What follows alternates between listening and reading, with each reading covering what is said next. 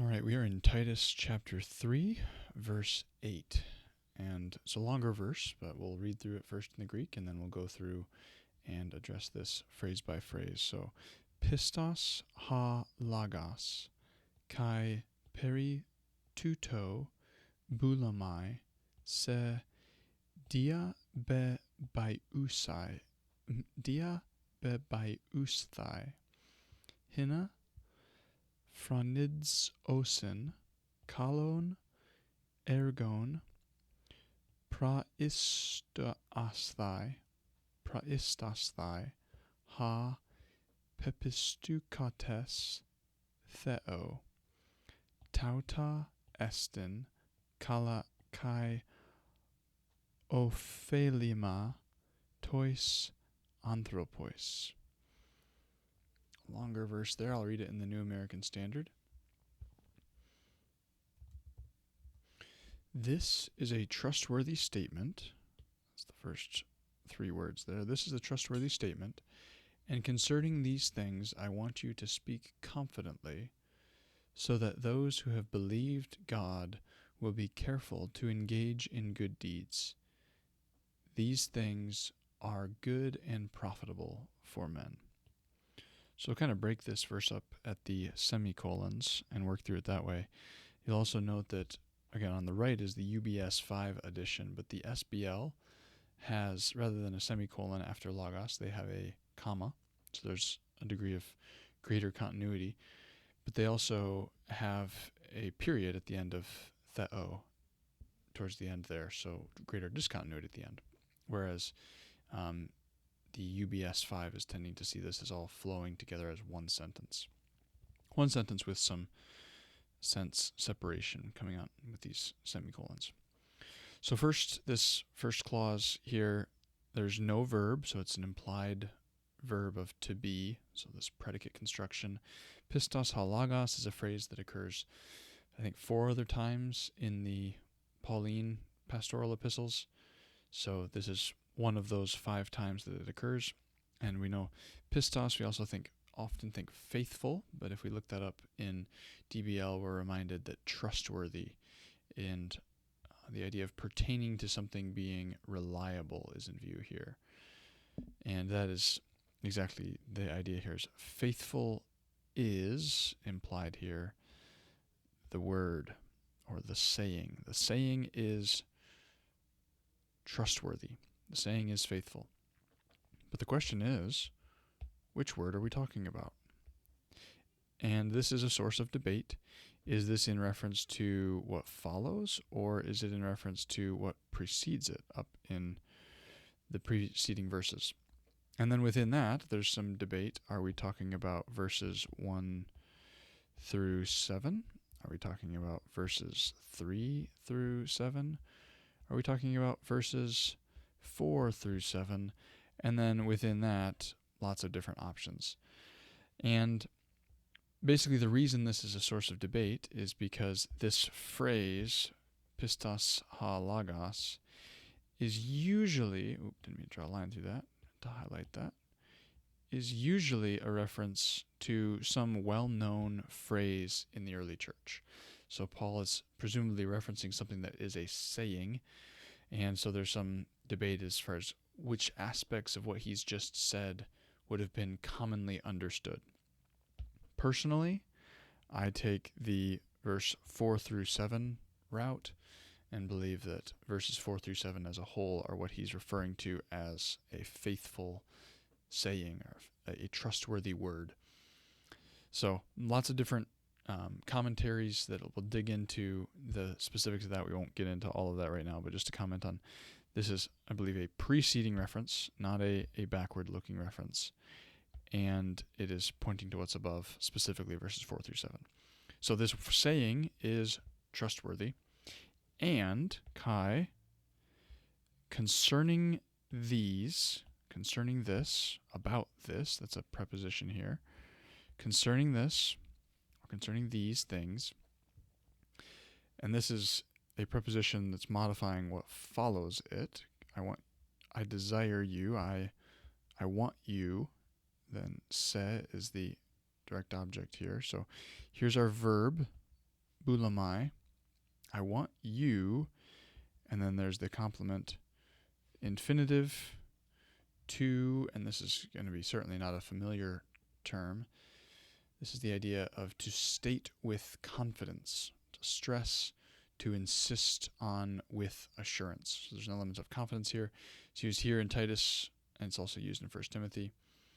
I don't believe DBL has, or Lunida has much more to say on that, to state something with confidence and certainty. So there's a confident assertion, or as I think the NASB says, I want you to speak confidently, or the ESV says, I want you to insist on these things. The idea is because of the sureness, because of the trustworthiness of this word, this can be insisted on with confidence. I want you to insist on these things. So I want you to insist on these things. And then we're given a hina, so that, or a purpose behind why ought Titus insist on these things? Why should he speak these things with confidence? Well, it's so that, and then we have, you could highlight over this verb here, phrontidzosin. It's in the subjunctive mood, so that's going to be linked conveniently right to the hina there. So it's subjunctive giving us purpose. So what is the purpose of this insistence talked about here? The purpose is this verb, which we will also look up this here. This is the verb for to keep thinking about, to ponder, or to fix one's attention. To be fixated on is the idea that it's conveying. The New American Standard says that they will be careful to do, that they may be careful to do, and then the Legacy that says that they will be intent. I appreciate all of those emphasizing that there's a focus, there's a insistence, there's a care to these things. But worth seeing here that we have a verb that is plural. So what's the subject here? Who is the one who is being careful? You could just knee-jerk say it's an implied they, but the question you want to ask when it's plural is there a nominative plural somewhere nearby that this could be functioning as the subject? And then I look a little bit further and I see ha, or hoi is there. So this is the nominative plural article. And then what immediately follows is a participle that is also in the nominative plural. And this participle is in the perfect, but is to believe, or those who have believed, to trust or to place one's faith completely in. So those who have believed, and then we also have those who have believed. Theo is in the dative, so this is actually giving us what they have believed in, which means that this whole unit here that I'm going to put a box around is the subject of this verb here. So we have the subject back here. So that those who have believed in God might be careful, or to be intent on, this is kind of setting us up for intent on what? And here we have a infinitive verb, and this is to be active in helping or to strive to. You'll note that the second and third entries in DBL both cite Titus 3:8 as a little bit of a, it could be this, it could be that. There's a little bit of difference here. The one sense is to be engaged in helping or aiding, and the other is to engage in something with intense devotion. Both have the idea that they could fit there, but the idea of helping is mentioned here. But since we have further specification in kalon ergon, that's going to be helpful in, I think, giving us the idea of engaged in or active in. Active in ergon, good, and then what kind of ergon? Good works. Kalon ergon. So to be engaged in or to be active in helping in matters of good works. So this is what follows here is all connected, again, back to our people being, or those who have believed in God, being careful to devote themselves or to lead out in, is one way that the Legacies translates it, to lead out in good, or kalon, ergon, good works. And then we have this next semicolon, kind of breaking up thought, but not entirely. Tauta, we have this demonstrative pronoun, plural. If you highlight over that, pronoun, demonstrative, nominative, plural, neuter. So these is the idea here. And when you read these, you can supply things. These things, estin, are. These are, and the question would be, what is the these? Is it referring just to the good works right above and the insistence on the believers participating in good works? Or is these things, again, a reference to all the way back to verse 4 through 8a up to this point? And I do think it's including all of the rich doctrine that Paul's talked about previously, and then all the way down to the importance of insisting on these things so that they can be fulfilling these good works. So these things are kala, good and useful. So these things are good and useful. This is going to be, those are both in the nominative, kala, from kalos, an adjective, good, and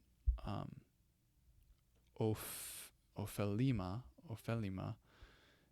is from ophelimos, which also means profitable or beneficial. So these things are good and beneficial.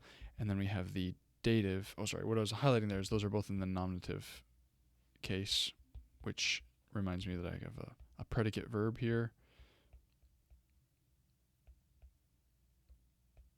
So it's expected that I'm going to have some predicate nominatives following. So it's these things are what follows. And this following section specifies in what sense or to whom they are beneficial. And it says in the dative here, to men or to mankind. So these things are good and beneficial to people. Not an overly specific modifier at the end there, but it does clarify this indirect object of to whose advantage are we talking about these things being good and beneficial. This isn't just some kind of abstract good in a general sense. This is good specifically for people. And I want to just highlight one thing that you could miss in context, but Titus is instructed to insist on these things. I want you to insist on these things, being basically the gospel, verses 4 through 7, the fundamental truth that God saved us. So insist on the fact that God saved us so that believers, those who have believed that God saved us, so that these believers will be intent on doing good works.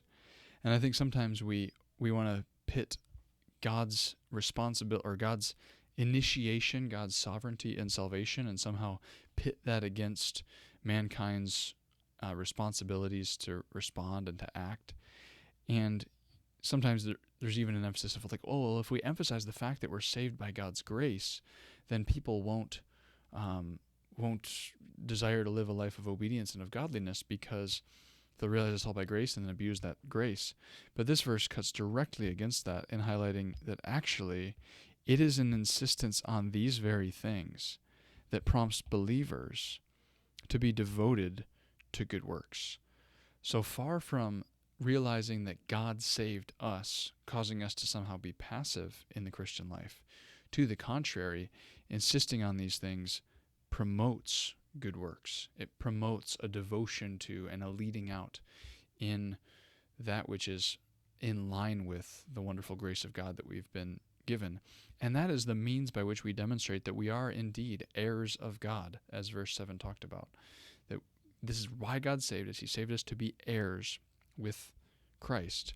And one of the ways we demonstrate that we are indeed his children is by extending the same love and the affection and the grace and the kindness that he showed us, which is what's enabling us to do verses 1 through 2 of this passage. So if we want to do verses 1 through 2, we need to understand the gospel. We need to understand where we were before we were saved. We need to understand that God saved us on the basis of what is inherent in his character, which is grace and mercy, not what's inherent in our character, which is seen in verse 3. And in light of all of this wonderful salvation, we become heirs of God.